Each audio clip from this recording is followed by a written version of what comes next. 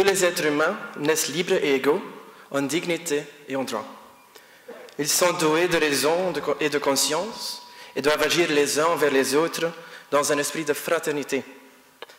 Tout individu a droit à la vie, à la liberté et à la sûreté de sa personne. Nul ne sera tenu en esclavage ni en servitude. L'esclavage et la traite des esclaves sont interdits sous toutes leurs formes. Voici quelques-uns des premiers articles de la Déclaration universelle des droits de l'homme. De plus en plus, chaque jour, cette déclaration fait l'objet d'attaques politiques. À une époque où les valeurs démocratiques sont de plus en plus mises sous pression et où les dirigeants autocratiques reprennent le devant de la scène, nous avons besoin de personnalités inspirantes pour avancer et lutter pour ce qui est juste. Ce 4e février marque le 225e anniversaire de l'abolition de l'esclavage dans la France révolutionnaire. Il est dès lors tout à fait approprié qu'aujourd'hui nous rendions hommage à Biram Da'Abeid et à son travail visant à mettre un terme à l'esclavage moderne, tant dans son pays d'origine, Mauritanie, qu'à l'étranger. Descendant lui-même d'esclaves modernes, Biram a été confronté très jeune dans son pays natal à une discrimination profondément enracinée à l'égard des Noirs. Dès ce moment-là, il a consacré sa vie à libérer et à réintégrer de centaines de milliers de personnes qui sont encore prisonnières de l'esclavage en Mauritanie. Il est devenu l'un des principaux militants anti-esclavagistes du monde.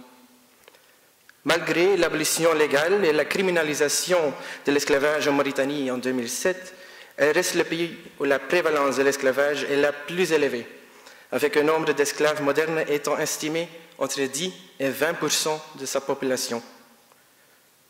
Alors que le gouvernement se mure dans la complicité avec les esclavagistes, il incombe à des hommes et des femmes comme Biram de se lancer dans la lutte pour la liberté.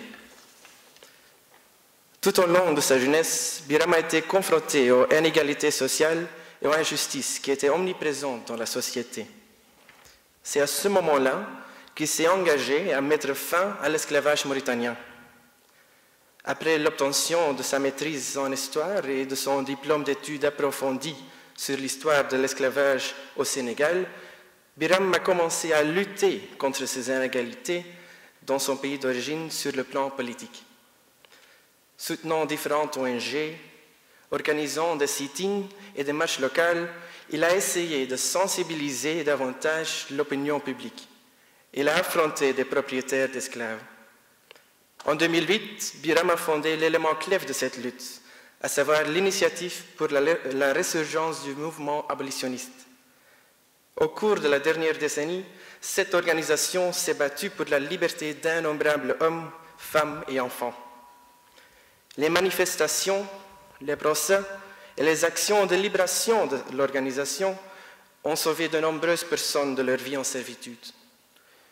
Les hommes et les femmes courageux qui défendent cette cause sont régulièrement harcelés et traités sévèrement au cours de leur campagne. Les défenseurs des droits de l'homme qui dénoncent et contestent la pratique de l'esclavage moderne sont continuellement pris pour cible par ceux qui sont au pouvoir et qui refusent toujours d'accepter le changement. Les militants anti-esclavagistes sont incarcérés, tandis que des propriétaires d'esclaves bénéficient de toute impunité. Il y a un peu plus d'un mois, Biram a été libéré par le gouvernement après son arrestation en août. Au fil des années, il a été menacé, harcelé et emprisonné à plusieurs reprises. Malgré cette menace constante, il a juré de poursuivre sa lutte contre l'esclavage jusqu'à la fin de celle-ci en Mauritanie. En contraste frappant avec la persécution qu'il subit chez lui, la communauté internationale reconnaît ses efforts continus.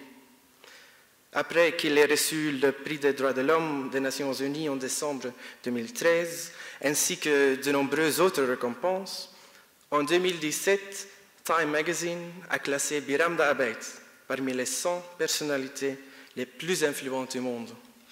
À une époque où l'engagement social est remis en question et caricaturé en ce moment même, nous avons besoin davantage de modèles pour inspirer le changement. Biram fait ce qui est juste.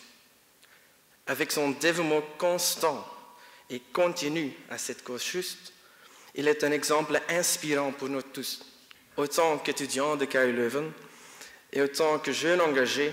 Nous considérons cet engagement social non seulement comme un élément important de l'évolution personnelle, mais également comme un élément crucial afin de faire partie d'une société moderne.